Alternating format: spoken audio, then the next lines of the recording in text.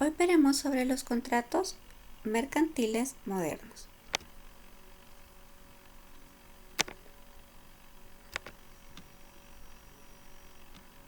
El primero de los contratos es el contrato de factoring.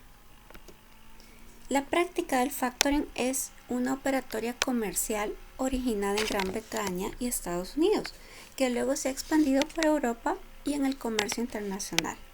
Es un contrato por el cual una de las partes, que se le denomina empresario cedente, transmite los créditos que ostenta frente a su clientela a otro empresario especializado que usualmente se le denomina como sociedad de factoring, quien a cambio del pago de un precio se compromete a brindar el financiamiento al cesionario, adicionando servicios de asesoramiento y de cobranzas.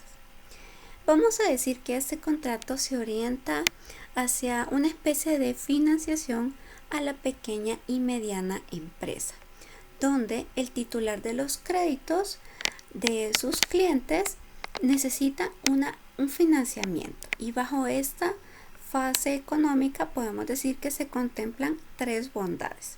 La primera es que la empresa se va a evitar de tener una sección de cobros porque se está dando esta facultad a otra empresa. Otra bondad es que se abastece en el servicio de autofinanciamiento. Y por último, asegura el riesgo de la solvencia de sus deudores. Vamos a decir que en el caso del factoring, el asesoramiento que se presta o que se brinda sobre la concesión de créditos de la clientela es también como una colaboración de una auditoría contable de una empresa financiada. Este contrato tiene su origen en esta práctica del comercio estadounidense, en una relación jurídica donde una de las partes, que es la empresa de factoring, adquiere ya sea todos, alguna parte de los créditos de sus clientes, adelantando el importe de estas facturas. Entonces, por eso es que el factoring se le conoce como financiación. Se va a encargar la otra empresa del cobro de las obligaciones y se pacta o se asume el riesgo de una posible insolvencia de sus deudores. Cuando hablamos de las modalidades del factoring podemos ver diferentes. Primero está la de factoring a la vista. En esta modalidad el contrato de factoring también se le denomina como credit cash factoring, donde el pago es inmediato del crédito que debe de encargarse de cobrar. Entonces, esto genera una liquidez bastante rápida. La empresa quien presta el servicio toma a su cargo el plazo del vencimiento de la obligación que se está dando en factoreo. Luego está el factoring al vencimiento. En esta modalidad se caracteriza por tomar a su cargo el riesgo y la responsabilidad del pago del crédito reembolsando a la empresa. Esto es a su vencimiento y según el convenio, el importe debido por este deudor. Luego está el factoring con notificación. En esta modalidad se caracteriza por insertarse en las facturas de venta realizadas a crédito por la empresa la constancia de que el pago de estas facturas solo será válido si se efectúa por medio del factor. Otro de los contratos es el de franquicia o denominado en inglés franchising. Esta deviene de una necesidad del comercio, de una práctica en Estados Unidos en los años 1955. Se define como una concesión de marca de productos o de servicios, en los cuales se agregan a esta concesión métodos y cualquier otra situación que sea propia de la marca. El objetivo de esta franquicia es organizar la comercialización de los productos bajo un sistema unitario de ventas, es decir, no va a haber un intermedio de revendedores.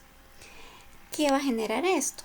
Bueno, El hecho de la franquicia lo que disminuye es gastos de distribución, se obtienen mejores ganancias y podríamos decir que hay un plano de equivalencia de los productos, porque se da una concesión tanto de patentes, expresiones, instrumentalización y todo aquello que genere un mecanismo funcional de un cedente a un cesionario. Cuando hablamos de esta cesión, es una cesión de marca del producto y por lo tanto se va a obligar a suministrar todos los medios de comercialización de los mismos. Eso es para que no exista una transformación sustancial del negocio.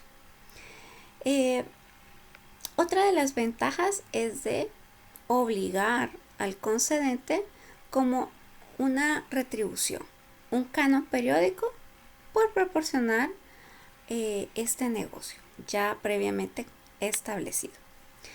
Dentro de los ejemplos de la franquicia, en nuestro país podemos decir que está McDonald's, Pizza Hut, Starbucks, Denny's, Subway, Wendy's, Tony Roma's, etc.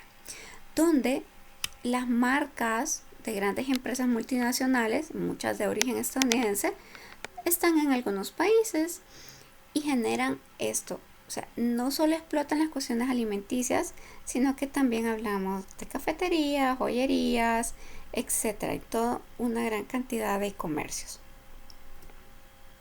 Otro de los contratos es el joint venture. Cuando hablamos de esto, estamos hablando de una práctica de negocios mercantiles norteamericanos, donde se ve perfilado una estructura y un funcionamiento a través de decisiones, prácticas de comercio, donde hay una asociación de dos o más sociedades. Estas sociedades se unen para realizar operaciones tanto civiles o comerciales de un gran tamaño. Estamos hablando de decisiones económicas, financieras, de objetivos limitados, donde cada una de las empresas lo que hace es dividirse una labor según aptitudes y posibilidades para poder soportar riesgos de esta oferta y demanda. Otro de los contratos, bueno, cuando hablamos de este joint venture decimos que es una sociedad accidental, porque se trata de un simple mecanismo operativo para poder simplificar o tipificar un contrato de cooperación, una cooperación de varias empresas donde cada una de ellas tiene un objetivo para poder trabajar en una cooperación. Otro de los contratos es el contrato de distribución. Cuando hablamos de este contrato vamos a hablar sobre algunas características esenciales. Por ejemplo, un acuerdo sobre publicidad, la exclusividad de la zona, alguna exigencia de ventas mínimas para poder tener este contrato de distribución, la entrega de la mercancía al distribuidor con un descuento, es decir, para que tenga una ventaja competitiva.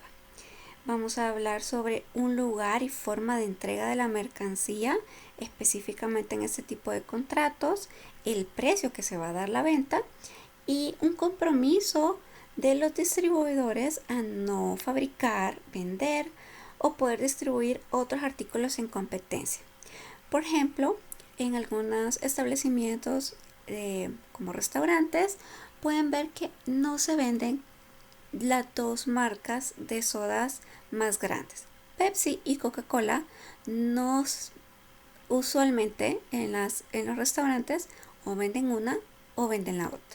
Esto es por una exclusividad en la distribución. Entonces hay muchos lugares donde o restaurantes con una marca internacional, pues donde se respetan los contratos de distribución y no se puede realizar esta distribución de la competencia.